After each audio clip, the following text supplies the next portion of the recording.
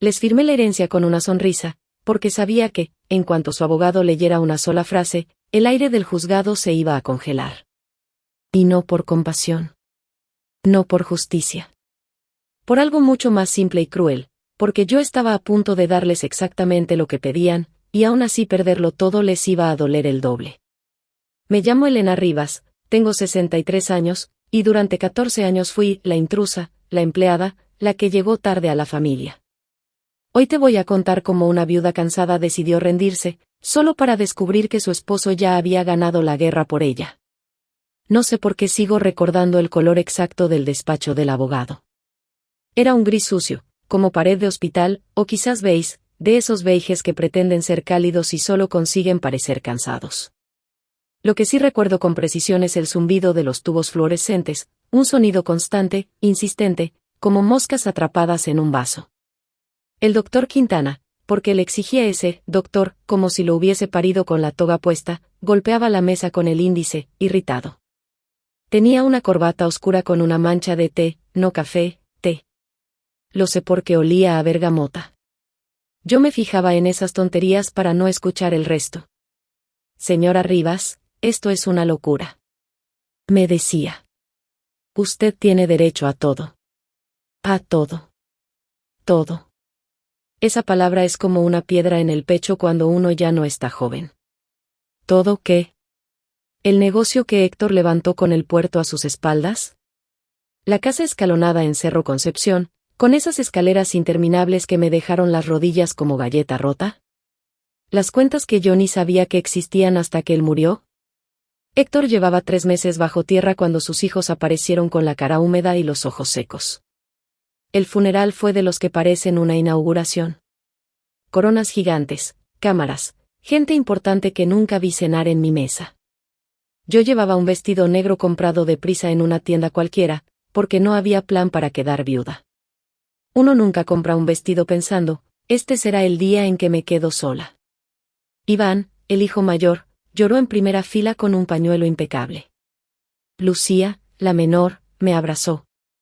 Olía a perfume caro, a vida sin turnos dobles, a manos que nunca se agrietan lavando lo ajeno. Y me susurró. Elena, tenemos que hablar del futuro. Futuro. Como si yo tuviera uno. A ellos nunca les caí bien. Héctor me lo advirtió, con esa manera de advertir sin ensuciarse. Son jóvenes, Elena. Les cuesta entender.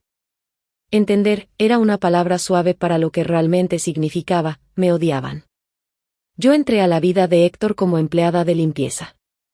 Eso jamás me lo perdonaron. Que yo hubiera limpiado sus baños antes de dormir en su cama. Que mi uniforme hubiera estado colgado donde después colgué mis vestidos.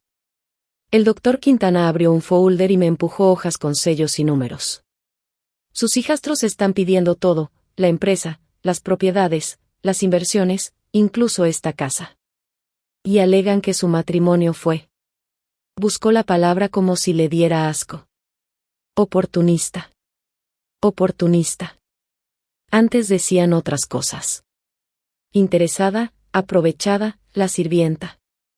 Pero oportunista sonaba más elegante. Más legal. Me recosté en la silla, escuché el zumbido de las luces, y pensé en Héctor inmóvil en el ataúd. Los muertos nunca parecen ellos mismos, parecen una versión vacía, como una chaqueta sin cuerpo. ¿Me está escuchando? Me reclamó Quintana. ¿Mentí? Sí. Pero mi cabeza estaba en otro tiempo, en el día que conocí a Héctor. Yo tenía 49 años. Él 58. Llegué recomendada por una vecina porque necesitaba trabajo urgente, mi hijo Tomás estaba enfermo. Leucemia. La misma palabra que después seguiría apareciendo como una mala broma en mi vida. Héctor me encontró llorando en un baño de visitas. No sabía que alguien podía llorar en silencio y aún así hacer ruido. Yo lo hacía. ¿Qué pasa? Me preguntó. Y yo, que jamás contaba mis problemas, se los conté todos. Ese mismo día, Héctor pagó el tratamiento. No, ayudó. No, aportó. Pagó todo. Tomás vivió 3 años más. 3 años para terminar el instituto. 3 años para enamorarse por primera vez. 3 años de cumpleaños que creí que no existirían. ¿Cómo no iba a enamorarme del hombre que me regaló tiempo? Volví al despacho del doctor Quintana con la boca seca. Si no peleamos esto, se queda sin nada, me dijo. Sin nada. Y entonces, sin saber si era cansancio o valentía, dije. Entonces, démosles todo. El doctor Quintana se quedó quieto. La mancha de té en su corbata parecía más grande. ¿Cómo dice? Que se queden con todo. La empresa. La casa. Las cuentas. Todo. No voy a pelear. Yo vi en su cara algo que no era solo sorpresa, era miedo, como si hubiera escuchado a una paciente negarse a una operación vital. Señora Rivas, susurró. Usted no entiende lo que está renunciando. No.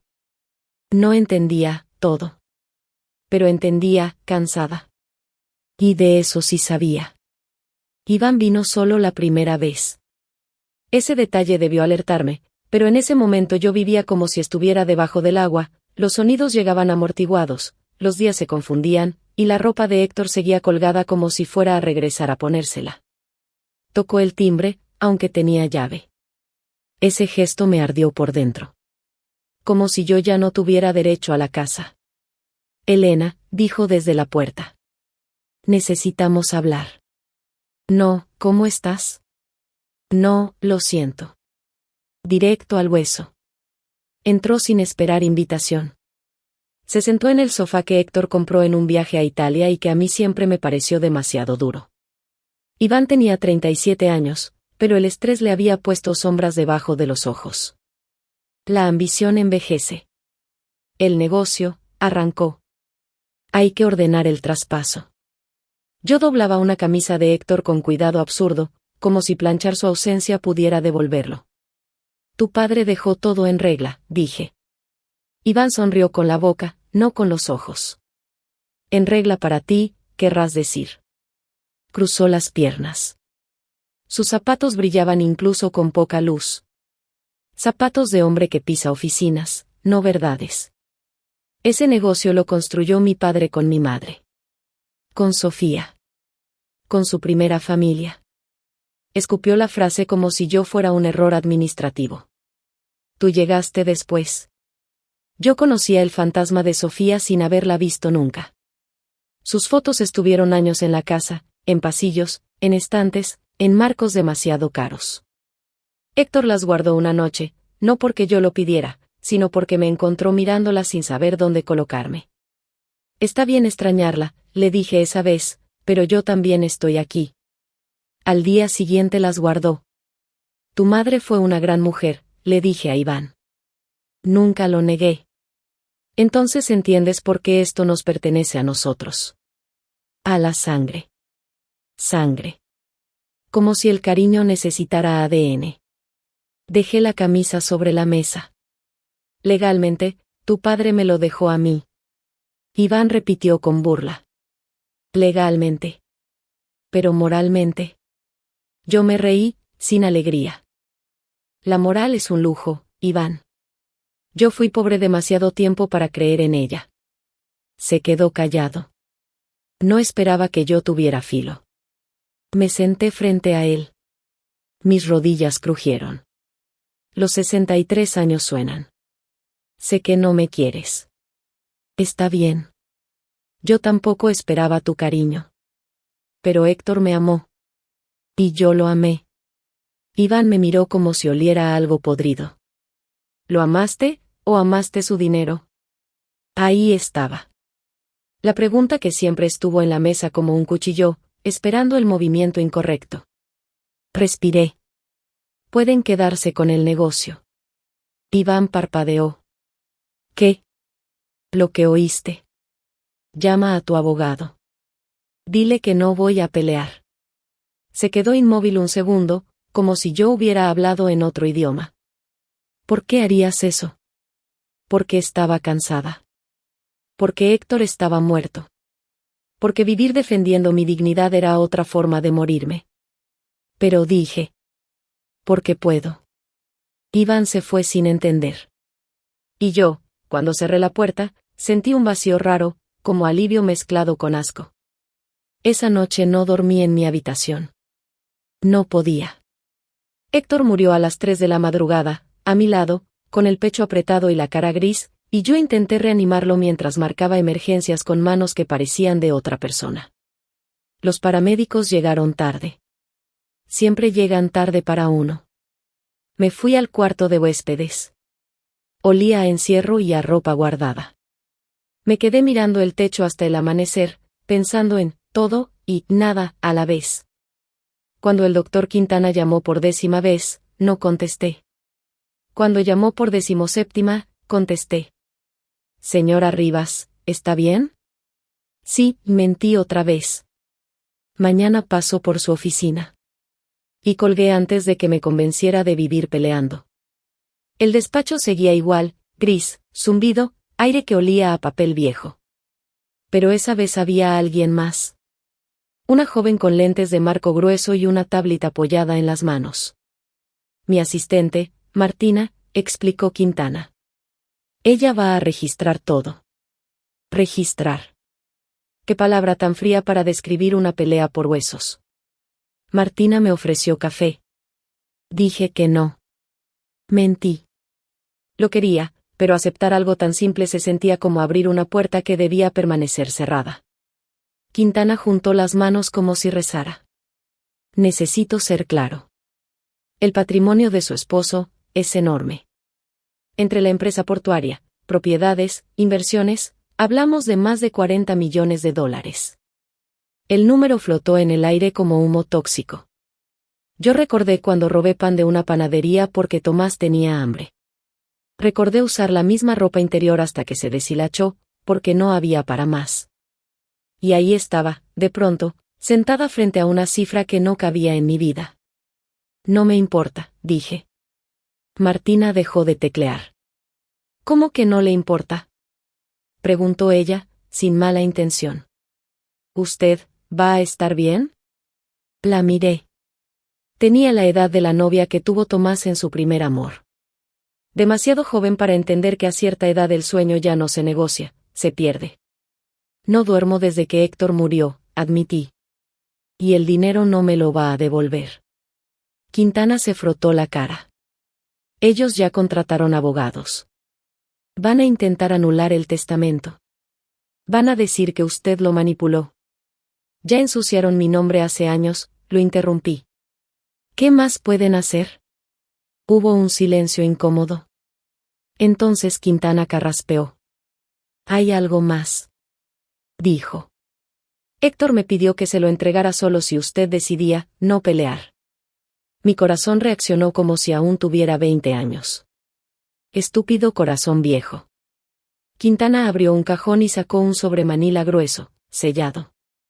Mi nombre estaba escrito con la letra firme de Héctor. Él dijo que lo abriría cuando estuviera lista. Lo tomé. Pesaba demasiado para ser solo papel. ¿Usted sabe qué hay ahí? Pregunté. No, y no quiero saberlo. Mentira amable. Guardé el sobre en mi bolso. No lo abrí ese día. La noche me encontró en la cocina, sentada en el piso, con una botella de vino barato. Héctor odiaba el vino barato, decía que sabía a vinagre con complejo de grandeza. Pero él no estaba para opinar. A las 2 de la madrugada abrí el sobre. Dentro había documentos, y una carta. Leí la primera línea y sentí que alguien me apretaba la garganta. Elena, si estás leyendo esto, es porque decidiste rendirte. Te conozco. Seguí. Héctor escribía sin romanticismos, como quien deja instrucciones para un incendio. Ellos van a creer que ganaron. Déjalos. La empresa que pelean ya no es la empresa que vale. Me detuve. Leí otra vez. Sentí el pulso en las sienes. Héctor confesaba que durante años había transferido activos clave a otra sociedad. Una sociedad a mi nombre. No era un acto de amor simple. Era estrategia. Era venganza elegante. Iván heredará un cascarón brillante con deudas escondidas. Tú heredarás lo real. Luego venían listas. Depósitos en el extranjero, propiedades en islas, un viñedo pequeño en Uruguay con un nombre que me hizo tragar saliva. Menos infeliz. Yo no reí. Me quebré. Lloré como se llora cuando una vida entera se descose. Porque Héctor me había visto. Me había entendido. Sabía que yo no podía ganar, quitándole todo a sus hijos sin pudrirme por culpa, así que lo diseñó para que yo pudiera perder en público y ganar en silencio. Cuando el sol empezó a clarear, yo ya había tomado una decisión. Llamé al doctor Quintana. Contestó medio dormido. Señora Rivas. ¿Está bien?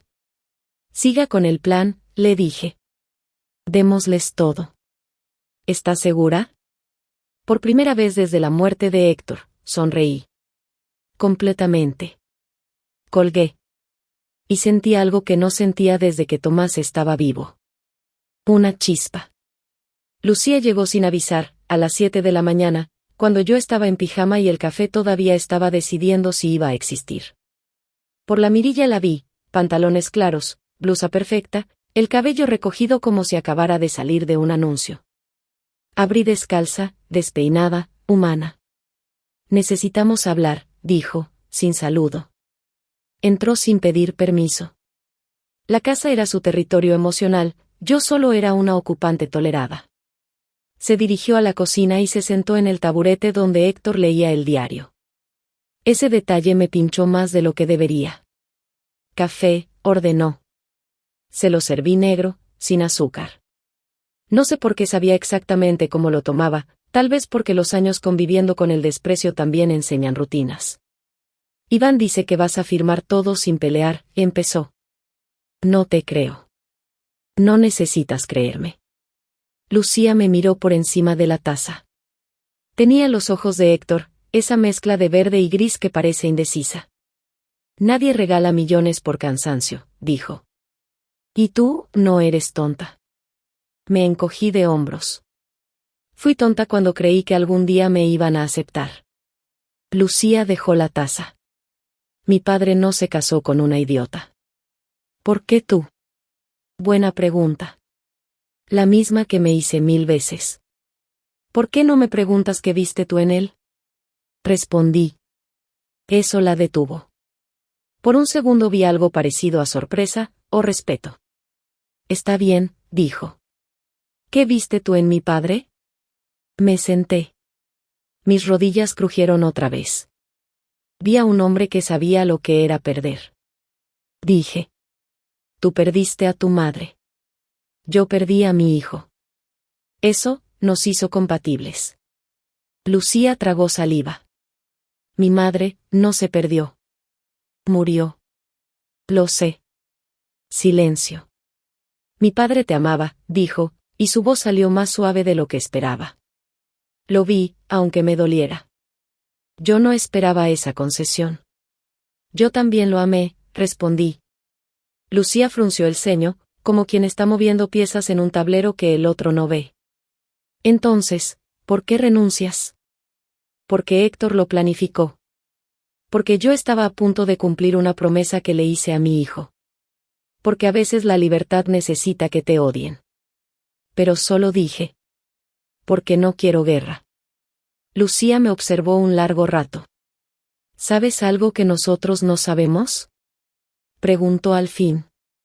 ¿Deudas? ¿Problemas? ¿Algo que haga que la empresa valga menos? Mi corazón saltó, pero mi cara se quedó quieta. Si supiera algo así, respondí con calma, no lo usaría para negociar. A menos que tú seas más lista de lo que aparentas. Nos miramos como dos mujeres que amaron al mismo hombre desde lugares opuestos, hija y esposa, enemigas sin declaración. Entonces dije algo que era verdad pura. Quiero las cenizas de Héctor. Lucía parpadeó. Las cenizas. Nadie las ha recogido. Están en la funeraria. Quiero quedármelas. Llévatelas, dijo, casi con alivio. Iván no quiere ni hablar del tema. Asentí. Antes de irse, Lucía se detuvo en la puerta. La audiencia es pronto. Si cambias de opinión. No voy a cambiar, respondí. Lucía apretó la mandíbula, como si quisiera decir algo que le quemaba. Lo siento, soltó de golpe. Por estos años. No fue justo. Y se fue. Me quedé en la cocina mirando 2 tazas medio vacías. Una disculpa inesperada, guardada en ese lugar diminuto donde guardo las pocas bondades que recibí en la vida. Ese mismo día fui por la urna. Pesaba menos de lo que imaginé. Puse el cinturón de seguridad en el asiento del copiloto, como si Héctor pudiera caerse. En un semáforo una mujer miró la urna y apartó la vista. La muerte incomoda. Más cuando viaja contigo. Esa noche dejé la urna en la mesa del comedor, serví un whisky bueno, y le hablé como si pudiera contestar. Eres un manipulador, Héctor Salvatierra, murmuré. Incluso muerto, sigues moviendo piezas. Afuera empezó a llover fuerte, de esa lluvia que parece querer borrar la ciudad. Yo pensé en la audiencia. En Iván y Lucía. En el doctor Quintana. En el sobre ya vacío, y en la carta que me había cambiado el mapa del mundo. Y me di cuenta de algo. Esto todavía no había terminado. Porque yo iba a darles todo, sí. Pero primero, alguien iba a leer una frase en un juzgado. Y esa frase iba a detenerlo todo. El doctor Quintana insistió en que no bastaba con decidir rendirse. Había que actuar la rendición. Como si mi vida, de pronto, fuera teatro. Como si yo no hubiera pasado 14 años interpretando el papel de la que no molesta. Necesito que entienda exactamente qué va a pasar, dijo por 5ª vez esa semana. Los abogados de Iván y Lucía van a intentar humillarla. Estábamos en su despacho ceniza. El ventilador del techo chillaba cada vez que daba una vuelta. Martina, la asistente, no estaba esa tarde. Quintana prefería ensayar conmigo a solas, como si mis reacciones fueran material sensible. Van a preguntarle por su pasado, continuó. ¿Cómo conoció a Héctor? ¿Cuánto ganaba? ¿Dónde vivía? Van a pintar un cuadro, usted como una mujer que trepó por la escalera del dinero, lo completé. Quintana me miró como si le hubiera quitado el gusto de decirlo. Exactamente. Y usted tiene que mantenerse tranquila. Responder poco. No engancharse. Yo asentí. La idea de que una viuda tenga que entrenarse para soportar la crueldad ajena me parecía normal. Eso era lo peor, me parecía normal. Quintana, dije, porque a veces se me salía el doctor y ya estaba cansada de reverencias. ¿Por qué le importa tanto? El abogado suspiró y se quitó los lentes. Tenía una marca roja en el puente de la nariz. Porque esto es injusto, señora Rivas. Y porque su esposo hizo un testamento impecable. Usted podría salir de aquí con todo y sin mancharse. Yo pensé en el sobre Manila. En la carta. En el viñedo menos infeliz. Pensé en Héctor, calculando. Y comprendí que Quintana todavía creía que esta historia era lineal, buenos contra malos, ley contra abuso, victoria o derrota. No sabía que Héctor la había convertido en una trampa hermosa. No quiero ganar así, dije. ¿Cómo quiere ganar? Preguntó, y su voz sonó más humana, menos jurídica. No respondí. Porque la respuesta era una confesión, ya gané, solo que nadie lo sabe todavía. Salí del despacho con la sensación de que el aire afuera me golpeaba más fuerte. Valparaíso, en verano, huele a sal, a aceite, a frutas maduras y a caos. Caminé sin rumbo, con el sol clavándome agujas en los hombros. No tomé taxi. No llamé nada. Caminé hasta que mis pies dijeron basta. Terminé entrando a una iglesia del centro antiguo, de esas con bancos de madera gastada, paredes frías y un olor rancio a incienso. No soy religiosa desde hace años, pero a veces una entra a lugares donde el silencio existe. Me senté en la última fila. Un par de turistas murmuraba cerca del altar. Una mujer anciana rezaba con los labios en movimiento, como si su boca supiera algo que su vida no.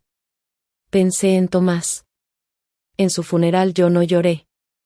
Todo el mundo esperaba que llorara. Mi prima lloró.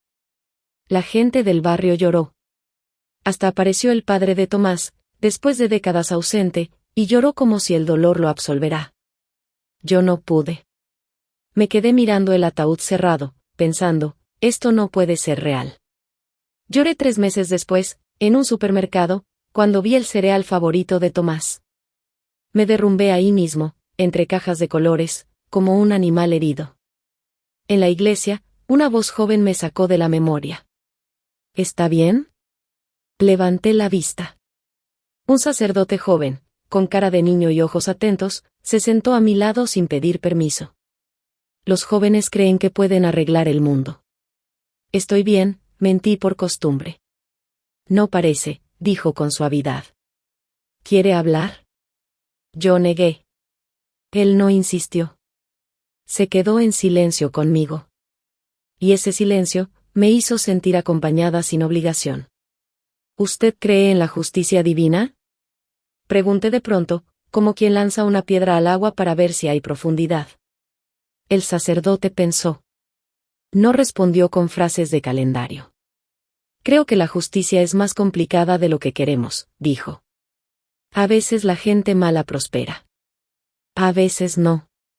La mayoría de las veces, todo es un desastre. Me reí, corta y amarga. Un sacerdote honesto. Qué raro. Sonrió. Intento. ¿Busca justicia o venganza? ¿Cuál es la diferencia? La justicia restaura. La venganza desordena más. Pensé en Héctor, en su carta, déjalos ganar. Pensé en el cascarón brillante con deudas. Pensé en mí, firmando sin llorar.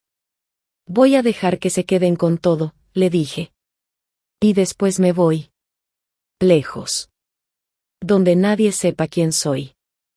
El sacerdote asintió como si yo le estuviera contando un plan normal, como si las mujeres de 63 años escaparan a empezar de nuevo todo el tiempo. A veces la mejor venganza es la indiferencia, dijo. Me levanté. Mis pies estaban sucios del piso frío. Gracias, le dije. No soy, padre, todavía, sonrió.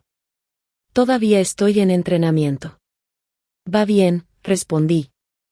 Esa noche Iván me llamó. Primera llamada directa desde su visita en la sala. Elena, su voz sonaba controlada, como si cada palabra pasara por un filtro. Necesito confirmar algo. ¿De verdad vas a firmar sin condiciones? Sí. ¿Por qué? Todo el mundo hacía esa pregunta, como si la generosidad fuera una anomalía. Porque Héctor los amaba, respondí. A ti y a Lucía. Y no quiero que su memoria se pudra en tribunales. Silencio al otro lado. Eso, no lo esperaba, dijo al fin. La vida está llena de cosas inesperadas. Lucía quiere verte mañana a las 4. Para cerrar cosas, supongo. Está bien. Colgó. Yo miré la urna en mi mesa de noche y susurré. Tus hijos están aprendiendo tarde, pero están aprendiendo. Y, por primera vez, sentí que mi papel de enemiga tal vez estaba a punto de cambiar. No para volvernos familia, eso era imposible, pero sí para que la historia terminara con menos veneno. Al día siguiente, antes de las 4, Martina me llamó. Señora Rivas, el doctor Quintana quiere verla antes de la reunión con los hijos. ¿Para qué? Para revisar el acuerdo final. Hay un detalle importante. Esa frase me puso la espalda recta. Detalle importante, en boca de un abogado suele significar, algo puede explotar. Volví al despacho ceniza. Quintana tenía papeles desparramados sobre la mesa como si la ley fuera un rompecabezas que ya no encajaba. Usted me dijo que quiere cederlo todo, comenzó. Bien. Pero hay 2 formas de hacerlo. Señaló con el bolígrafo. Una es una cesión simple de derechos hereditarios. La otra, es una renuncia con aceptación expresa de pasivos por parte de los herederos. Yo parpadeé. ¿Pasivos? Quintana apretó la mandíbula. Deudas. Obligaciones. Contingencias. cosas que no siempre se ven en los primeros balances. Yo recordé la carta de Héctor como un golpe en la nuca. Iván heredará un cascarón brillante con deudas escondidas. El abogado siguió, sin saber que yo ya estaba 10 pasos adelante. Si usted cede, pero ellos aceptan, a beneficio de inventario, pueden limitar su responsabilidad. No asumirían más de lo que reciban. Es una protección habitual. Martina tecleaba, seria. Yo observé sus dedos rápidos, y pensé, qué joven, qué limpia de tragedia todavía. ¿Y la otra forma? Pregunté, como si no supiera. Quintana tragó saliva. La otra forma es que acepten la herencia sin beneficio de inventario. Eso significa, que aceptan también las cargas. Que se hacen responsables de lo que aparezca, incluso si aparece después. Martina levantó la vista. Quintana me miró esperando rechazo. ¿Y cuál recomienda? Pregunté. La primera, por supuesto, respondió rápido. Para evitarles problemas. Yo sonreí por dentro, sin mostrar dientes. No, dije. Quiero la otra. El bolígrafo de Quintana se quedó suspendido. Señora Rivas, ¿usted entiende lo que está pidiendo? Sí. Entendía exactamente. Quiero que todo quede claro, respondí. Si ellos quieren todo, que sea todo. Martina dejó de teclear. Eso es, inusual, susurró. Mi vida ha sido inusual, contesté. Quintana se levantó, caminó hasta la ventana, volvió como si necesitara moverse para no gritarme. Eso podría interpretarse como malicia. Podrían decir que usted intenta perjudicarlos. Yo mantuve el rostro sereno. La ventaja de ser vieja es que ya no te tiembla la máscara. Yo no intento perjudicar a nadie, dije. Solo intento cumplir lo que ellos piden. Quintana me miró con sospecha. ¿Por qué siento que usted sabe algo? Me encogí de hombros. Tal vez porque por primera vez en años, estoy tranquila. El abogado no insistió, pero su mirada cambió. Los abogados viven de leer grietas en la gente. Quintana había visto una grieta en mí, una confianza demasiado sólida para alguien que supuestamente se estaba quedando sin nada. Martina se aclaró la garganta. Doctor, si la señora insiste, necesitamos redactarlo con precisión. Que no haya margen de impugnación. Quintana soltó el aire. De acuerdo. Pero lo haremos con total transparencia. Y quedará escrito que fue su decisión. Perfecto, dije. Él empezó a dictar. Martina tecleaba. Yo escuchaba palabras como cesión, renuncia, aceptación, pasivos ocultos, contingencias fiscales, obligaciones de terceros. Y entre todas, una frase se instaló como un clavo brillante. Los herederos aceptan la totalidad de la herencia, con sus activos y pasivos, sin beneficio de inventario. La frase. La frase que Héctor quería que alguien leyera en voz alta. Yo sentí una punzada rara, no culpa, no alegría, algo más parecido a justicia torpe. Como cuando el mar devuelve lo que se tragó. Esta cláusula la va a leer el abogado de ellos, murmuró Quintana. Iba a preguntar por qué está ahí. Porque ellos quieren todo, respondí. Y yo estoy de acuerdo. Quintana me observó un largo segundo. Luego bajó la mirada al papel. Muy bien. Pero no diga nada de más. No sonría cuando lo lean. No prometí nada. Salí del despacho con el acuerdo casi listo, guardado en una carpeta. Y por primera vez entendí que el golpe final no sería una pelea ni un grito. Sería una frase. Una línea de tinta. Un instante en que alguien se daría cuenta de que ganar no siempre es lo que parece. A las 4 en punto, Iván y Lucía llegaron juntos. Puntuales. Coordinados. Como si la familia hubiera vuelto a ensayar unidad. Lucía traía un pastel de limón. Mi favorito. No sé cómo lo supo, tal vez Héctor se lo dijo alguna vez, o tal vez lo adivinó porque las mujeres nos miramos y adivinamos cosas aunque no queramos. No tenían que traer nada, dije, aceptándolo igual. Lo sé, respondió Lucía, y por primera vez sonó, humana. Los tres nos quedamos de pie en la sala, incómodos, como extraños en una fiesta donde nadie conoce el guión. Siéntense, dije al fin. Se sentaron en el sofá duro. Yo me senté en la silla de Héctor, la que tenía la forma de su cuerpo después de años. Esa silla era un recuerdo con brazos. Iván habló primero. Revisamos todo. Los libros, las propiedades, las inversiones. Está en orden.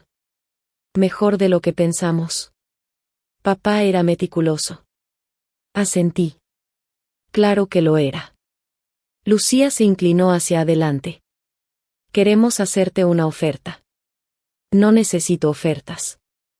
Escúchanos, insistió. Si vas a firmar, no tiene que ser todo o nada. Podemos dejarte una propiedad. O una mensualidad. Algo. Yo miré el pastel de limón. Imperfecto en el glaseado. Casero. Eso me tocó más de lo que debía. No quiero nada, dije. Iván soltó una risa seca. Todo el mundo quiere algo. Yo solo quiero irme. ¿A dónde? Buena pregunta. Yo ya tenía una respuesta escondida en papeles: Uruguay, una casa con vista a viñas, un nombre que me hacía doler de risa y tristeza, menos infeliz. Pero no dije nada. Lejos, respondí. Lucía miró a Iván, ese intercambio silencioso de hermanos. Hay algo que queremos darte, dijo ella. Metió la mano en su bolso y sacó un sobre blanco. ¿Qué es? Cartas de papá para ti.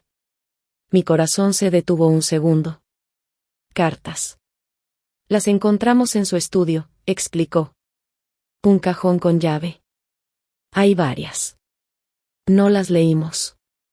Iván asintió, serio. Tienen tu nombre. Son tuyas. Ese gesto, mínimo, me sorprendió. Podían haberlas leído por curiosidad o por rencor. No lo hicieron. Tomé el sobre. Pesaba como una piedra pequeña. Gracias, dije. Se hizo un silencio que no era incómodo, era resignado. Como si por fin estuviéramos aceptando que todos habíamos perdido algo. Iván se levantó y caminó hacia la ventana, donde Héctor se paraba a mirar el mar. Mañana termina todo esto, dijo sin voltear. Firmas. Nosotros heredamos. Tú te vas. Ya está. Ya está, repetí. Lucía se limpió la esquina del ojo. No lloraba del todo, pero estaba cerca. Éramos chicos cuando murió mamá, dijo. Yo tenía 17. Iván 20. Papá se perdió, se volvió un fantasma. Y cuando tú apareciste, volvió. Nos dio rabia. Lo sé, respondí. Deberíamos haberte agradecido, susurró. Y en vez de eso, te castigamos. No supe qué decir. A veces una disculpa llega cuando ya no hay dónde ponerla. Yo tampoco fui perfecta, admití. Fui fría. Me protegí. Me quedé en mi esquina para sobrevivir.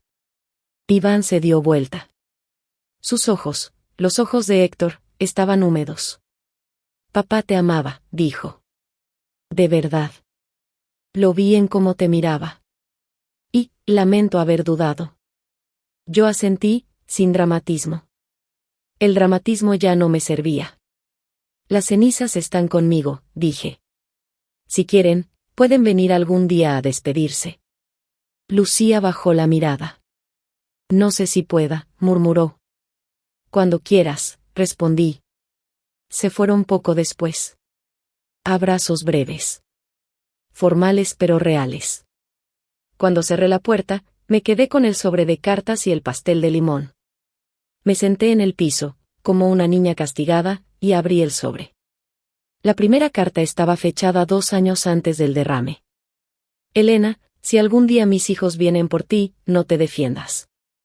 Déjalos creer lo que quieran. La gente que necesita un villano lo inventa aunque no exista. Otra carta, más reciente, con letra más temblorosa. No intentes convencerlos. No intentes salvarlos. Solo asegúrate de que, si eligen tomarlo todo, lo tomen completo. Sin filtros. Sin protecciones. Leí esa frase 3 veces. Sin protecciones. Héctor no me estaba pidiendo bondad. Me estaba pidiendo precisión. Guardé las cartas. Comí un pedazo de pastel de limón directamente del molde. Estaba delicioso. Y ese pequeño placer, tan tonto, me hizo sentir viva. Afuera, el atardecer pintaba el océano de naranja. Yo pensé, mañana, alguien va a leer una frase. Y el mundo se va a detener un segundo. El día de la audiencia amaneció con un cielo limpio, insultantemente bonito. Como si la ciudad no supiera que adentro de un edificio feo íbamos a partir una familia en pedazos legales. Me vestí con calma. No de negro. Elegí un vestido azul oscuro, sencillo, sin joyas. Me até el cabello. Me miré al espejo y vi algo que no veía desde hacía años: determinación. La urna de Héctor se quedó en mi mesita, como un guardián silencioso. Le toqué la tapa. Hoy, se cumple tu chiste, murmuré. Hoy serán menos infelices, aunque todavía no lo sepan. En el juzgado, el aire olía a desinfectante y nervios. Quintana me esperaba con su carpeta. Martina estaba a su lado, con su tablet, impecable. Recuerde, me susurró Quintana. Responda poco. No reaccione. Lo sé, dije. Entramos. Iván y Lucía ya estaban sentados. Iván con traje impecable. Lucía con un vestido claro y una mirada alerta, demasiado alerta. A su lado estaba su abogado, Dr. Santoro, un hombre delgado, canoso, con una expresión de superioridad aprendida. De esos que no saludan, inspeccionan. El juez entró. La sala se puso de pie. Yo me senté con las manos sobre las rodillas para que no se notara el pulso. Santoro miró a Quintana con desprecio profesional. Entiendo que su clienta viene a renunciar, dijo, fuerte, para que todos escucharan. Por fin. Quintana no respondió. Yo tampoco. Dejar que el otro se escuche a sí mismo a veces es la mejor respuesta. El juez pidió el documento. Quintana entregó la carpeta. Santoro la tomó con una sonrisa pequeña, como si ya estuviera celebrando. Procederé a leer los términos principales, anunció Santoro. Iván y Lucía se inclinaron hacia adelante. Yo miré un punto fijo en la pared, como hacía cuando limpiaba baños y quería desaparecer. Santoro empezó a leer: cesión de derechos, renuncia, transferencia. Palabras que se deslizan fáciles cuando uno cree que ya ganó. Y entonces llegó. Lo vi en el movimiento mínimo de sus cejas. En cómo su dedo se detuvo sobre una línea. Santoro leyó en voz alta. Los herederos aceptan la totalidad de la herencia, con sus activos y pasivos, sin beneficio de inventario. La sala, por un segundo, se quedó sin sonido. Iván frunció el ceño. ¿Qué significa eso?, susurró, pero el micrófono captó su voz. Lucía giró la cabeza hacia Santoro, y sus ojos se afilaron. Santoro no respondió. No porque no quisiera, sino porque su boca se quedó medio abierta, como si una palabra se le hubiera caído dentro. El abogado parpadeó 2 veces. Miró la línea. Volvió a mirarla. Y luego miró a Quintana con una expresión que no era rabia todavía, era algo peor: pánico. Esto, balbuceó Santoro. Esto no es lo habitual. Quintana, por primera vez, sonrió apenas. Una sonrisa mínima, profesional, sin dientes. Es exactamente lo que sus clientes solicitaron, todo. Yo sentí la mirada de Iván clavarse en mí. Lucía se quedó quieta, como si por fin hubiera encontrado la pieza que faltaba en el tablero. Santoro tragó saliva. Su mano tembló al pasar la hoja. Señoría, dijo al juez, y su voz sonó más baja, necesito un receso para consultar con mis representados. El juez levantó una ceja. ¿Por qué? Está escrito con claridad. ¿Acaso no lo revisaron? Santoro no contestó. Y esa fue la primera vez que vi a un hombre acostumbrado a mandar, quedarse sin aire en público. Iván se levantó, furioso. Elena, ¿qué hiciste? Yo lo miré con calma. Con la calma de quien ya lloró todo lo que tenía para llorar. Les di exactamente lo que querían, dije. Y la palabra, todo, volvió a caer en la sala como una piedra. El receso duró 15 minutos, pero a mí me pareció una vida entera. Iván y Lucía salieron de la sala junto a Santoro, su abogado, y yo los vi desde mi asiento como se ve un incendio desde lejos, sabes que quema, pero no sabes todavía a quién le alcanzará primero. Quintana se inclinó hacia mí. Mantenga la calma, susurró.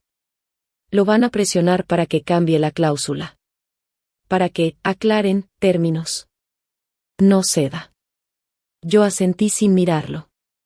Tenía la garganta seca, pero por dentro estaba, extrañamente serena. No porque yo disfrutara lo que venía. No soy sádica. Es solo que había pasado años defendiendo mi existencia como quien defiende una vela en medio de viento. Por fin no tenía que defender nada. Solo tenía que dejar que el viento soplara. Cuando volvieron, Iván tenía el rostro rojo. Lucía estaba pálida, con los labios apretados. Santoro ya no parecía un hombre poderoso, parecía un hombre al que le acaban de cambiar el piso por agua. El juez retomó la sesión. Su voz era neutra, aburrida, como si esto fuera un trámite más, porque para él lo era. ¿Los herederos aceptan los términos tal como han sido leídos?, preguntó. Santoro se aclaró la garganta. Señoría, mis representados no fueron debidamente advertidos sobre las implicancias de una aceptación sin beneficio de inventario. Solicito que... ¿No revisaron el documento?, interrumpió el juez, sin paciencia. Su firma está al pie. Santoro apretó la mandíbula. Solicito modificar esa cláusula. Aceptamos la herencia, sí, pero a beneficio de inventario. Quintana no levantó la voz. Solo habló con la frialdad de un bisturí. Eso no es lo que mis clientes acordaron. La señora Elena Rivas renuncia, pero solo bajo la condición de aceptación total, activos y pasivos. Sin excepciones. Sin escudos. El juez me miró. Señora Rivas, ¿es correcto? Yo respiré despacio y respondí clara, con mi voz de mujer acostumbrada a limpiar casas ajenas sin temblar. Sí, su señoría. Es correcto. Iván golpeó la mesa. Esto es una trampa. El juez lo fulminó con la mirada. Señor Salvatierra, compórtese o lo saco de la sala. Iván se volvió hacia mí, y lo que vi en sus ojos no era solo rabia, era miedo. El miedo de quien por primera vez entiende que ganar también puede ser una condena. ¿Qué deudas?, escupió. ¿Qué pasivos? Mi padre era meticuloso. Yo no contesté. Porque la verdad era que Héctor era meticuloso, justo por eso había escondido la bomba con tanto cuidado. Lucía, en cambio, no gritó. Lucía miró el documento, luego a Santoro, luego a Quintana. Y por último me miró a mí. Papá dejó algo más, ¿verdad?, dijo en voz baja. Su voz atravesó la sala como una aguja. Yo parpadeé lentamente. Tu padre dejó instrucciones claras, respondí. Y ustedes las pidieron aún más claras. Lucía apretó los dientes. Entonces esto, ¿es venganza? Sentí un dolor viejo, pero no me dejé arrastrar por él. La venganza, pensé, siempre suena adolescente. Como si yo tuviera energía para juegos crueles. No, dije. Esto es consecuencia. El juez se acomodó los lentes, miró a Santoro, y dictó. O aceptan los términos tal cual o la renuncia de la cónyuge no procede, y se continúa el proceso conforme al testamento. Santoro giró a Iván y Lucía como un director de orquesta desesperado. Si no aceptan, ella se queda con casi todo, susurró con urgencia. Si aceptan, asumen riesgos. Pero podemos analizar, negociar con acreedores, reestructurar. Iván masculló algo ininteligible. Lucía no lo miró, estaba mirando un punto fijo frente a ella, como cuando una mujer entiende algo que no quería entender. ¿Cuánto es el riesgo?, preguntó Lucía. Santoro tragó saliva. No lo sé todavía. Si hay contingencias, podrían ser grandes. Iván soltó una carcajada sin humor. ¿Y cómo vamos a rechazarlo? Es todo lo que queríamos. Entonces Lucía dijo algo que no esperaba de ella. Iván, tal vez papá sabía que haríamos esto. Iván la miró como si estuviera loca. Claro que lo sabía. Y esta mujer también. Yo cerré los ojos un segundo, solo un segundo, y vi a Héctor en la terraza, mirando el mar y diciendo, menos infeliz, como quien acepta la vida sin romanticismo. El juez golpeó con el mazo. Decidan. Iván me miró una última vez. Si acepto esto, ¿qué ganas tú? Ahí, por fin, le regalé una verdad completa. No por bondad. Por cierre. Por mí. Gano libertad, dije. Y gano dormir. Iván se quedó callado. Lucía respiró profundo y, con voz tensa, declaró. Aceptamos. Santoro cerró los ojos como si hubiera recibido un golpe. Quintana anotó. El juez asintió, satisfecho de terminar. Entonces queda aprobado. La señora Elena Rivas renuncia a los bienes heredables conforme a los términos leídos y firmados. Yo firmé con mano firme. Iván y Lucía firmaron después. Y en el momento exacto en que el bolígrafo de Iván tocó el papel, sentí una cosa extraña, no victoria, sino final. Salimos del juzgado. Afuera, la gente caminaba con bolsas, con prisa, con vidas intactas. A nadie le importaba nuestra guerra. Lucía me alcanzó en la escalinata. Elena, dijo, y por primera vez me llamó por mi nombre como se le llama a una persona, no a una enemiga. Dime la verdad. Papá, ¿qué hizo? Yo la miré. Podría haber mentido. Podría haber disfrutado su incertidumbre. Pero ya no quería eso. No quería llevar rencor en la maleta. Tu padre era un hombre que amaba a su manera, dije. Y era un hombre que planeaba demasiado. Lucía tragó saliva. ¿Nos dejó una bomba? Yo no respondí directamente. Les dejó lo que pidieron, dije. Y también les dejó una lección, si deciden verla. Iván llegó detrás de ella, escuchando. Esto es una maldita traición, dijo. Yo lo miré con una calma que a él lo enfurecía más. Traición es lo que ustedes hicieron durante años, respondí. Yo solo firmé. Lucía se quedó quieta, pensando.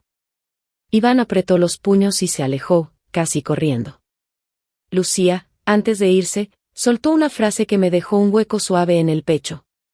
Ojalá hubiéramos sido distintos. Yo asentí. Yo también. Y se fueron. Una semana después, la primera llamada llegó de un número desconocido. Contesté. ¿Señora Elena Rivas? Era una voz masculina, formal. Hablo del Banco Costero. Necesitamos hablar de una línea de crédito corporativa a nombre de Salvatierra Logistics. Hay vencimientos inmediatos. Yo escuché en silencio. ¿La empresa no pagará?, preguntó la voz, ya con irritación contenida. Si no hay pago, iniciamos acciones. Ahí supe que el dominó había empezado a caer. Héctor no mintió. Solo esperó el momento. Las siguientes semanas fueron un desfile, llamadas, correos, rumores. Iván intentó sostener el negocio como se sostiene un vaso roto, apretando demasiado fuerte, cortándose. Lucía intentó entender balances, contratos, letras pequeñas. ¿Y Santoro? Santoro intentó, tarde, hacer magia con números que ya estaban condenados. Yo observaba todo desde lejos, con una mezcla de tristeza y alivio. Porque aunque me doliera verlo sufrir, yo sabía una verdad simple. Ellos no estaban sufriendo por mí. Estaban sufriendo por su propia codicia. 2 meses después, vendí la casa de Cerro Concepción. No porque me la quitaran, ya no era mía, sino porque necesitaba cerrar la puerta de esa vida. Empaqué poco. Una mujer que fue pobre aprende a vivir con poco. Me llevé la urna. Me llevé las cartas de Héctor. Me llevé una foto de Tomás, sonriendo con su traje de graduación. Y me fui. Uruguay me recibió con aire dulce, sin bocinas, sin esa prisa de ciudad portuaria. La viña se llamaba exactamente como decía la carta, menos infeliz. El letrero estaba torcido, como si alguien lo hubiera clavado con prisa. Me reí ahí mismo. Una risa real. El administrador de la propiedad, un hombre grande y amable, me saludó. Señora Rivas, bienvenida. ¿Quiere ver los viñedos? Yo miré las hileras verdes extendiéndose hasta donde el ojo se cansa. Sí, dije. Quiero verlo todo. Esa noche abrí una botella buena. De esas que Héctor habría aprobado. Me senté en la galería con una manta sobre las piernas, la urna a un lado, el mar lejos, el silencio cerca. Cumplí mi promesa, Tomás, susurré mirando las estrellas. Hice algo por mí. El viento olía a tierra húmeda. Por primera vez en años, mi pecho no estaba apretado. A la mañana siguiente, recibí un mensaje de un número que reconocí, Lucía. No sé si esto te alegrará o te entristecerá, pero la empresa está cayendo. Iván está desesperado. Yo, solo quería decirte que lo siento. De verdad. Cuídate. Leí el mensaje varias veces. No respondí de inmediato. No por crueldad. Sino porque a veces responder es volver a abrir una puerta que ya cerraste con las dos manos. Esa tarde, finalmente, le escribí. Cuídate tú también. A veces perder es lo que nos salva. Y apagué el teléfono. Porque al final, esta historia no es sobre dinero. Es sobre algo más incómodo, como la gente revela su verdadera cara cuando cree que va a ganar. Y cómo, a veces, la mejor venganza no es destruir al otro, sino salir viva del incendio sin oler a humo. Yo les di a los herederos codiciosos exactamente lo que querían. Y bastó una frase en un juzgado para que el hombre más seguro del mundo, su abogado, se quedara paralizado. Porque hay palabras que no suenan como un triunfo. Hasta que entiendes lo que significan.